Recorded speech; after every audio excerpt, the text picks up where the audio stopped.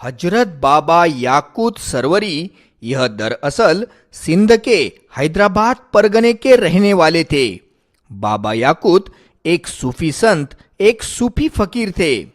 ईस्वी सन 1618 के समय वह सिंध से किसी व्यापारी जहाज में बैठकर महाराष्ट्र के पश्चिम किनारे पर स्थित श्रीवर्धन गांव में आए थे। उनके साथ उस वक्त सोहेल खान नाम का एक 10 साल का लड़का भी था। बाबा याकूत वहां से केलसी के खाड़ी के पास आए। उन्हें उस खाड़ी को पार करना था, लेकिन उनके बदन पर फटे पुराने कपड़े थे।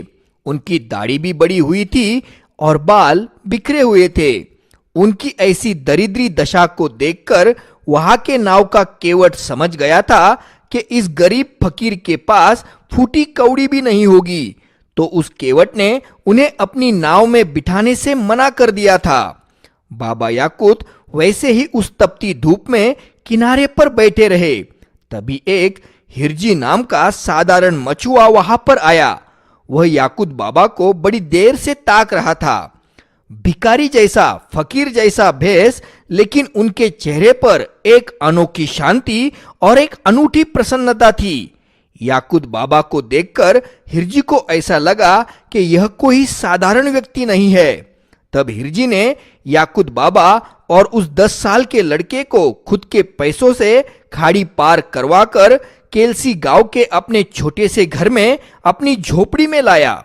उन्हें अपने घर में रखकर उनके खाने पीने का इंतजाम किया। हिरजी याकूत बाबा के व्यक्तित्व से बहुत ज्यादा प्रभावित हो गया था, इसलिए उसने बाबा को केलसी गांव में ही रहने की विनती की। फिर याकूत बाबा ने हिरजी को तू जल्द ही इस इलाके का सबसे ज्यादा अमीर आदमी बन जाएगा, ऐसा आशीर्वाद दिया। और हिरजी की इच्छा अनुसार याकूत बाबा गांव के पास रही छोटी सी पहाड़ी पर अपनी एक छोटी कुटिया बनाकर रहने लगे। खुदा का नाम लेकर गायन करना, बेहोशी में नीचे गिरने तक मस्त होकर नाचते रहना, गांव के हर किसी की मदद करना, बीमार लोगों का इलाज करना और सबके साथ प्यार से बर्ताव करना, ऐसी याकूत बाबा की दिनचर्या थी। लोगों की मदद करने हेतु उनकी लकड़ियां तोड़ देना, उनके यहाँ पर हमाली करना, उनके यहाँ पर पानी भरना, ऐसे छोटे छोटे काम भी बाबा बड़े खुशी से करते थे। धीरे धीरे पूरा केलसी गांव ही याकूत बाबा से प्यार करने लगा। याकूत बाबा ने हिरजी मछुआरे को जो आशीर्वाद दिया था वह भी जल्द ही सच हो गया।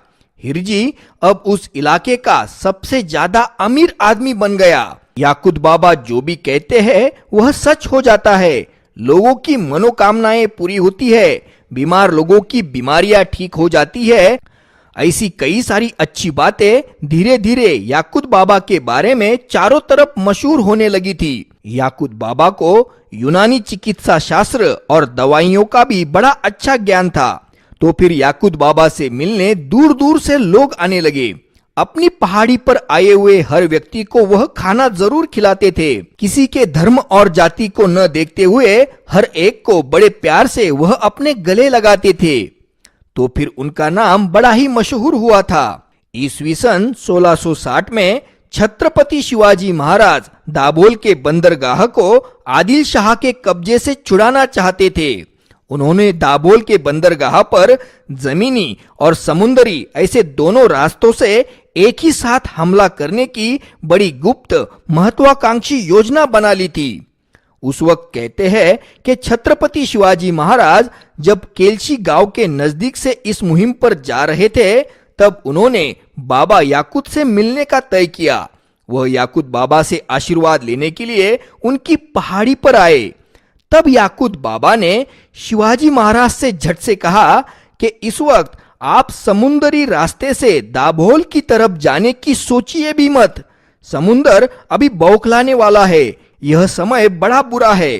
तब शिवाजी महाराज को बड़ा अजरच हुआ। हमारी समुंदर के रास्ते दाभोल की तरफ जाने की योजना है, इस बात का बाबा याकूत को कैसे पता चला? हमने तो इस पूरी योजना को बिल्कुल छिपा के रखा था, गुप्त रखा था। लेकिन उस वक्त तक दाभोल की मुहिम की पूरी तैयारियां हो चुकी थी। केवल किसी एक बाबा के कहने पर मुहिम को रुकवा देना शिवाजी महाराज ने मुनासिब नहीं समझा और उन्होंने अपनी मुहिम तय तरीके से ही शुरू की। लेकिन मुहिम के शुरू होते ही दूसरे दिन समंदर में एक भयंकर आंधी तूफान आया और उस आंधी की वजह से शिवाजी महाराज की नौसेना का काफी ज्यादा नुकसान भी हो गया।